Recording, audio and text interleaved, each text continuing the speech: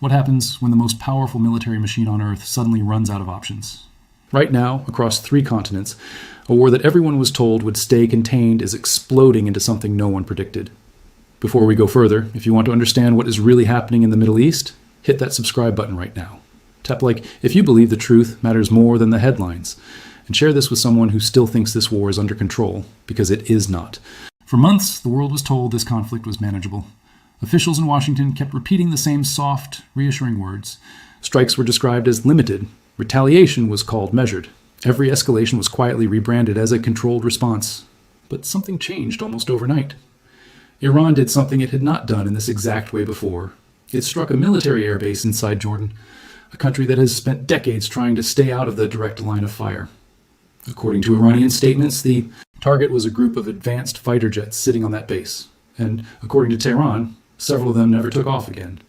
At nearly the same moment, oil tankers moving through the Strait of Hormuz were suddenly warned, then hit, and reportedly stopped in the water. American officials pushed back immediately. They said every incoming missile was intercepted. Not one got through. But video evidence that surfaced afterward told a different story, one that did not match the official denial. This is the pattern we keep seeing throughout this war. One side says everything is fine. The other side shows footage that says otherwise. And somewhere in between those two claims is a truth that neither side wants to fully admit. Why would Iran suddenly strike a base inside Jordan, a country not even directly involved in the fighting? According to sources close to regional intelligence circles, the timing was not random. It came right after a private meeting between American and Israeli leadership. A meeting where, according to these same sources, plans for a new operation against Iran were being finalized. If that is true, then this strike on Jordan was not aggression for the sake of aggression. It was a warning shot, aimed at stopping something before it could start. And it did not stop there. While the world was still processing that strike, another front opened up. In Iraq, a coordinated set of strikes carried out by American and Saudi forces killed roughly 20 fighters from state-aligned popular mobilization forces. This was not a militia operating outside the government. This was a force with formal ties to Iraq's own state structure. Think about what that means. When you strike a group that is legally connected to a sovereign government, you're not just hitting a target. You're opening a new front in a war that country did not choose to join. At the same time, Saudi Arabia was pointing fingers of its own, blaming Iraqi resistance groups for attacks on its oil facilities. And in the middle of all this confusion, reports surfaced that 4 or possibly 5 members of Iran's Revolutionary Guard were killed in those same American and Saudi strikes. So within the space of about 24 hours, we went from a fragile, uneasy calm to missile strikes, tanker attacks, cross-border bombing, and dead soldiers from multiple nations. How did we get here so fast? To understand that, you need to rewind a little and look at how this war actually grew, because it did not start as one giant explosion. It started small, and it kept multiplying. It began with Saudi Arabia deciding to open up fighting on Yemen, targeting the Houthi movement, known formally as Ansar Allah. That decision alone might have stayed contained, but the Houthis responded hard. They tightened their blockade on Saudi shipping and struck one of the most advanced oil refineries in the region, causing serious damage. Saudi Arabia responded again, using proxy forces to hit back at Yemen. And once more, the Houthis answered by striking a second refinery, this time in the eastern part of Saudi territory. Here is where things get strange. Saudi Arabia blamed that second attack not on the Houthis, but on Iraq. And that accusation, whether accurate or not, became the excuse for American and Saudi forces to strike inside Iraq the very next day. This is how modern wars spread. Not through one massive declaration, but through a chain reaction of blame, retaliation, and miscalculation, each link pulling in another country that never wanted to be part of the fight. Now Iraq has been pulled in, and Iraq is not small. When you compare raw manpower, Iraq dwarfs Saudi Arabia. Iran dwarfs Saudi Arabia. Even the Houthi movement alone may be roughly equal in strength or possibly larger. Saudi Arabia has about 20 million citizens. That is the size of the population it is now facing off against, spread across multiple hostile fronts, all while its own military resources remain limited. Analysts studying this conflict point out something that should worry anyone paying attention. Expanding a war when your resources are already stretched thin is one of the oldest mistakes in military history, yet that is exactly what appears to be happening here. There's also a quieter, more human detail buried inside this story. Many expect Iraqi retaliation to be delayed, not because of weakness, but out of respect. A major religious pilgrimage, the Arbaeen, is happening right now, and millions of pilgrims are traveling through the region. No one wants to turn that sacred journey into another target zone. So while the world watches for the next strike, there is a pause not because the anger has faded, but because human decency has not completely disappeared, even in war. Then there is the mystery of Iran's sudden strike itself. Officials in Washington could not even agree on how many missiles were fired. Some say 5, some say 6, but all of them insisted every single one was intercepted. If that is true, ask yourself this: why does footage appear to show real impact? Why would Iran publicly claim a successful strike on American fighter jets if nothing actually happened? There is a theory worth considering. Iran may have anticipated a fresh round of American strikes and decided to move first, striking a jet capability that could have been used against it before it could be used at all. If that theory is correct, then what looked like an unprovoked act of aggression was actually a calculated defensive maneuver aimed at reducing future threats before they could materialize. And despite optimistic talk over the weekend about diplomacy getting back on track, despite mediation efforts from regional powers trying to calm things down, the truth on the ground says otherwise. Iran's position has reportedly remained firm. Before any negotiation on nuclear issues can even be discussed, Iran wants foreign forces out of southern Lebanon. It wants the blockade lifted. It wants sanctions removed. It wants frozen assets released immediately, not promised for some future date. The American position is the exact opposite. Nuclear discussions first, everything else later. Two immovable positions, sitting directly across from each other with no visible bridge between them. If you are starting to see how fragile this entire situation really is, make sure you are subscribed, because what comes next in this story is even more unsettling, and you do not want to miss it. Let's talk about what just happened near Egypt, because it adds yet another layer to this expanding crisis. An American fuel tanker carrying liquefied natural gas was struck by a drone at a port in Egypt. This happened in broad daylight in the early afternoon. Leadership in Washington confirmed they were briefed on it almost immediately, and just like before, blame was quickly pointed toward Iran, even though at the time there was no confirmed evidence identifying who actually launched that drone. This is one of the most dangerous patterns in modern warfare. Attribution happens faster than verification. Someone gets blamed before anyone actually knows the truth. And once that blame is public, it becomes almost impossible to walk back, even if the facts later say something different. Following that attack, strong promises of retaliation followed. Leadership vowed that new strikes were coming, describing an intention to hit back hard, framing it as simply taking a turn, as if this deadly exchange were some kind of game where sides trade blows back and forth. But here is the problem with that mentality. War is not a game with equal turns. It is a system where every strike costs real money, real equipment, and often real lives. Consider the simple math. If 5 missiles were fired and all 5 were supposedly intercepted, that means at least 10 defensive. Missiles were used to stop them, sometimes more because defense systems often fire 2 interceptors per incoming threat, just to be safe. Each of those interceptor missiles costs several $1,000,000. Do that math across an entire war, and you start to see something officials rarely say out loud. This is not just a war of soldiers and territory. It is a war of budgets, and one side is burning through resources at a pace it cannot sustain forever. Meanwhile, Iran appears to be playing a very different, much quieter game. Rather than simply trading missile for missile, reports suggest Iran has spent the last several months systematically destroying radar systems and satellite communication capabilities used to track its movements. Nearly 20 such systems, according to some assessments, have already been taken out. Think about what that actually means. It is not just about blowing things up. It is about blinding an opponent, removing its ability to see incoming threats before they arrive. Even officials on the American side have quietly admitted that early warning radar capability, something they used to rely on heavily, is no longer functioning the way it once did. At the same time, American forces appear to be shifting away from some of their traditional bases in the region, moving personnel and aircraft to alternate locations outside places long considered secure strongholds. Why would that be happening if everything were truly under control? There's also a political ripple effect happening inside Jordan itself. As pressure builds, a large group of political, military, and economic leaders reportedly published an open letter directly addressing the country's leadership, essentially demanding that foreign military presence be removed from Jordanian soil. This is bigger than one letter. It reflects a growing sentiment across the region, a quiet but powerful message that foreign military presence is no longer welcome. Not in Jordan, not in Iraq, not really anywhere except the one place still willing to host it without hesitation. There was also a strange moment tied to a funeral of all things. During a gathering meant to honor a fallen political figure, a private meeting reportedly took place. Shortly afterward, Ukraine's foreign ministry reached out directly to Iranian officials, essentially apologizing for a previous incident involving an attack in the Caspian Sea, describing it as a mistake, not an intentional escalation. Why would that matter? because it suggests that behind closed doors, there is real fear of this conflict growing even wider than it already is, fear strong enough that a completely different country involved in a completely different war felt the need to step back and de-escalate immediately. And the financial markets are already reacting to all of this. Just as optimism briefly returned and stock values started climbing, renewed threats of war sent everything crashing back down. In a single day, major stock indexes dropped by hundreds of points. Meanwhile, oil prices, which had briefly cooled off, spiked back above $90 a barrel. This is the real cost of uncertainty. It is not abstract. It shows up in fuel prices at the pump, in retirement accounts, and the price of everyday goods that depend on transportation and energy. Ordinary people, thousands of miles away from any battlefield, are already feeling the financial weight of this conflict.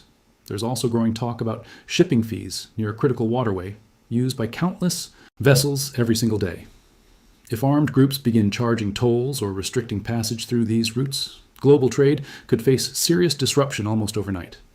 And that brings us to something even more important than missiles and airstrikes. Some experts believe this region, more specifically, the passage connecting the Red Sea to the wider ocean, has quietly become more strategically important than the traditional oil corridors everyone has focused on for decades. If that passage becomes unreliable, ships are forced to take alternate routes, sometimes traveling all the way around the southern tip of Africa. According to strategic assessments studying exactly this scenario, that detour can increase shipping costs by as much as double, sometimes more, depending on the destination. This is not just a regional issue. It becomes a global economic issue.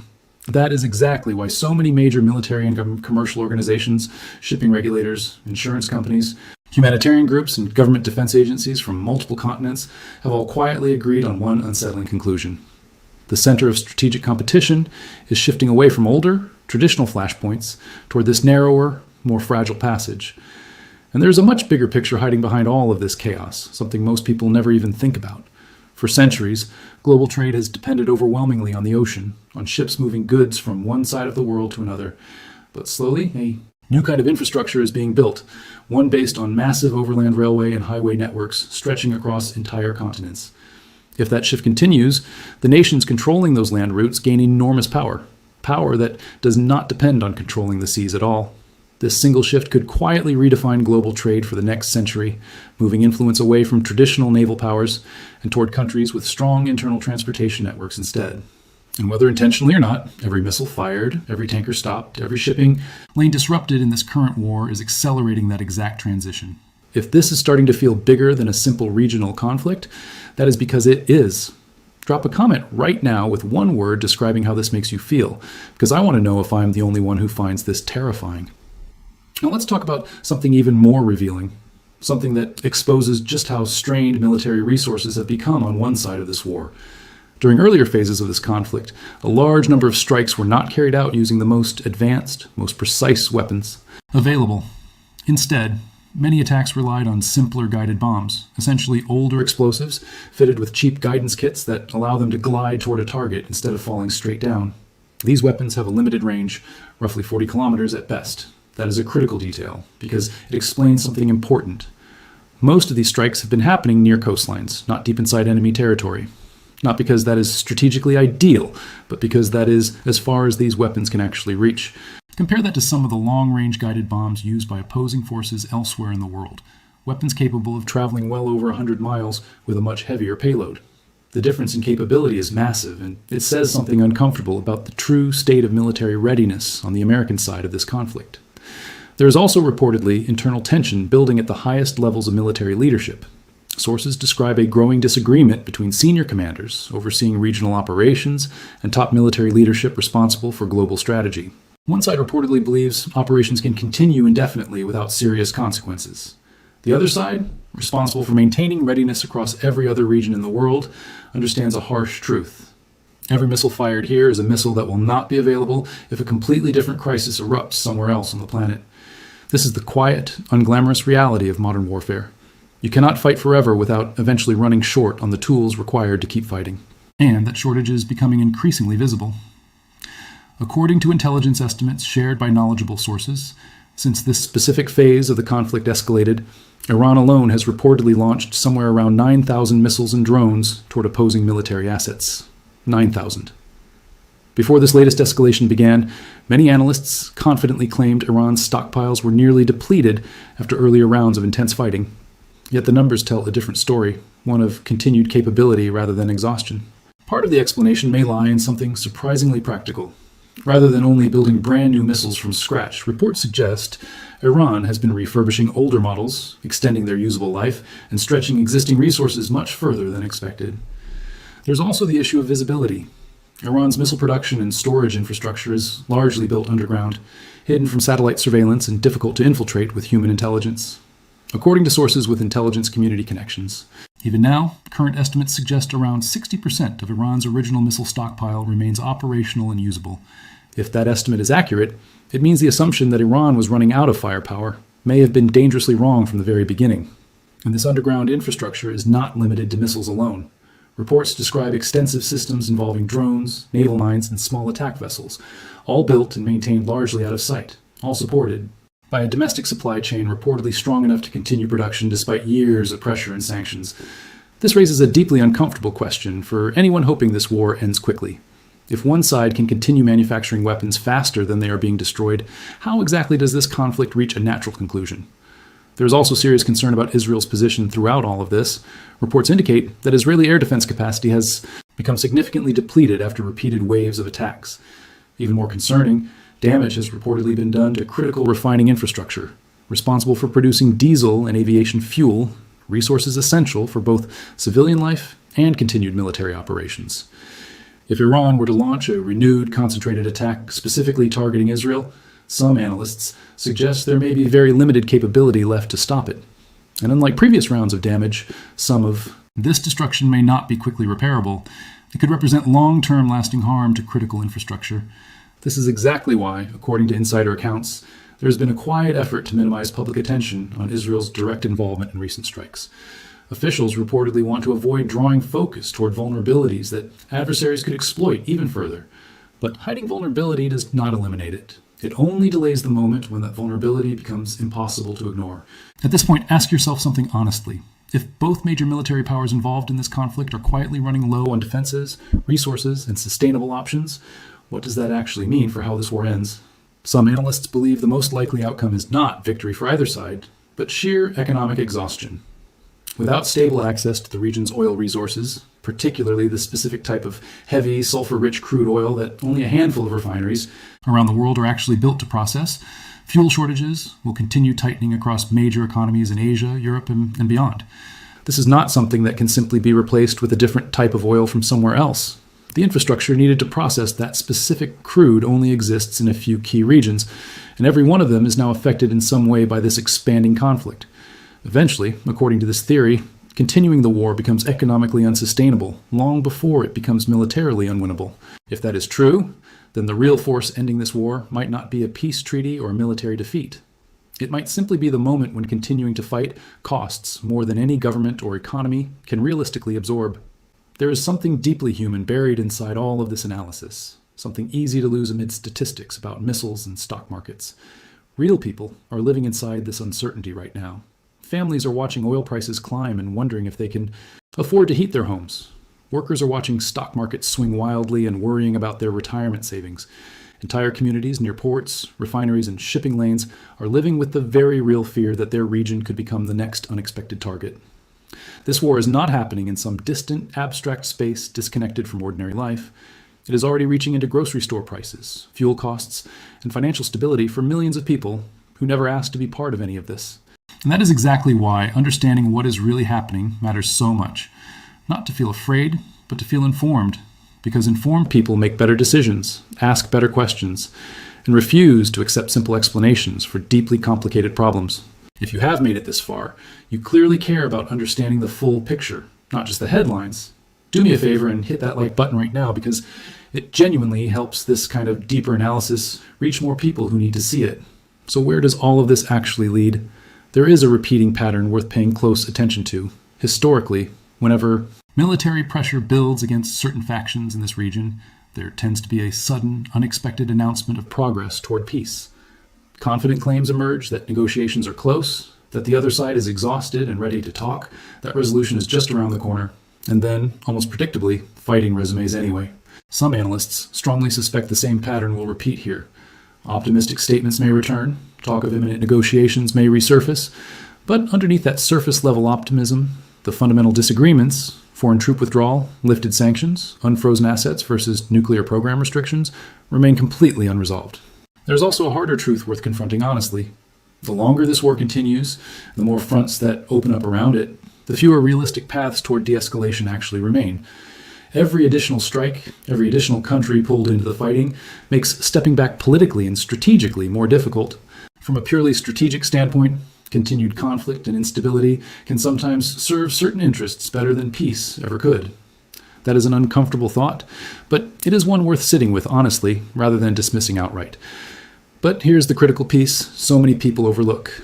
Continuing a war requires resources, it requires functioning supply, chains, financial stability, public support, and sustainable military capability.